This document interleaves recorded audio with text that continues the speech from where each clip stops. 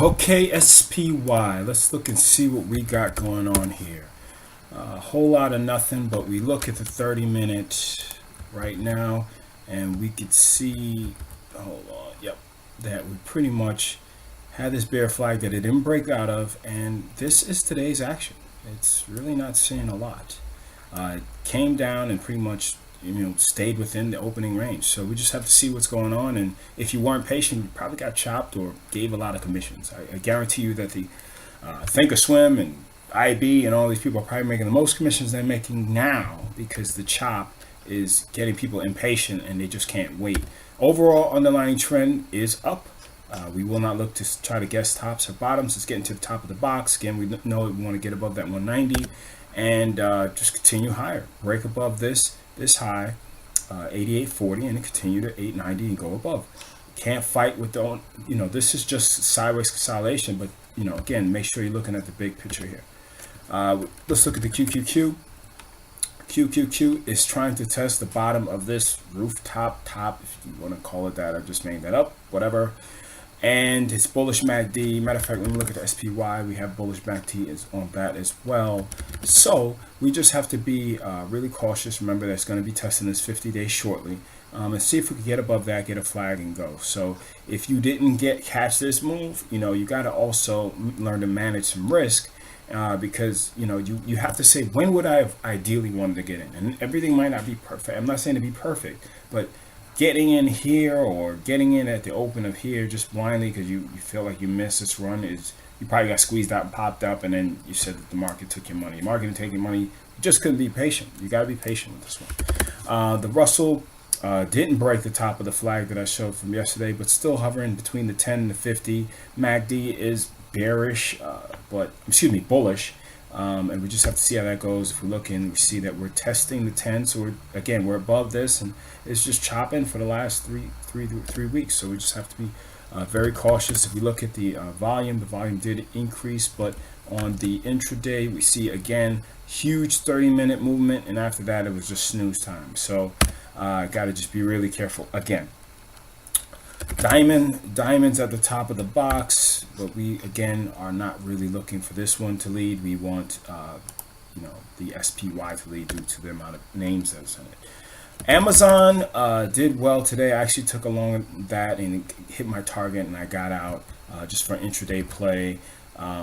It closed up pretty strong, and I think the earnings were good. So we'll see if it pops up. Facebook, I think it had earnings today, and it pretty much gave an engulfing pattern, engulfing this day, and it's touched the 10. And if we look at the 30, we can then see that it's close to the bottom, and you see that it pretty much faded all day. But again, all the price action was in the beginning of the day, and that's when a lot of people, either you made money or you just got frustrated because you've been going sideways. Priceline right at these previous levels of support, so we don't know if it's going to go. Above this high looks pretty good. Above this high of 1235 looks a little bit better as well. But again, it's just between the 10 and the 5. The MACD is to the upside, so that's a good thing. Apple, big news for today, and it pretty much mirrored everything. Again, a lot of movement. Let me get this to better. A lot of movement in the beginning and sideways all the way up. To me, 570 is the key level that I'm seeing. And if it breaks above it, it can go. But again, people were trying their best and probably lulled them to sleep and probably built up a crap load of orders. So basically, the market maker now is just trying to see which one is better to push out the pain for people that went long. Tap it, they tap out and then shoot it up, or see a bunch of orders here, pop it up, euphoria, and push it back down. Let's see if the low of the high of the day, which one is going to hold and break and hold for tomorrow. We don't want to guess anything. Google looks shitty.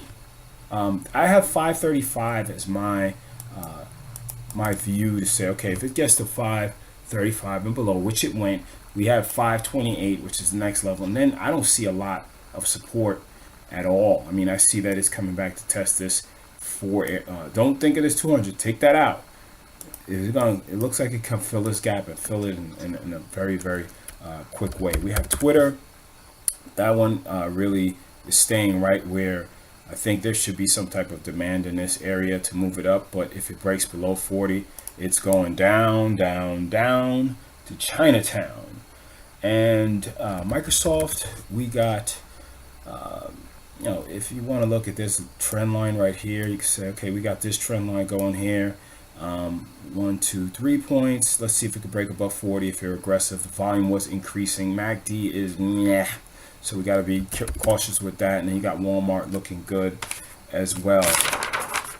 I think that's pretty much all the names that we really want to look at, because a lot of stuff, again, sometimes it's best to wait that half an hour, in my personal opinion, because you got things that just, you know, if you look at that 30-minute, you know, look at that. It's pretty much, look at a lot of your charts. You saw a lot of movement in the beginning. Maybe people wanted to go short, and now they're just messing with you. So just be very cautious when you're playing this. Take care.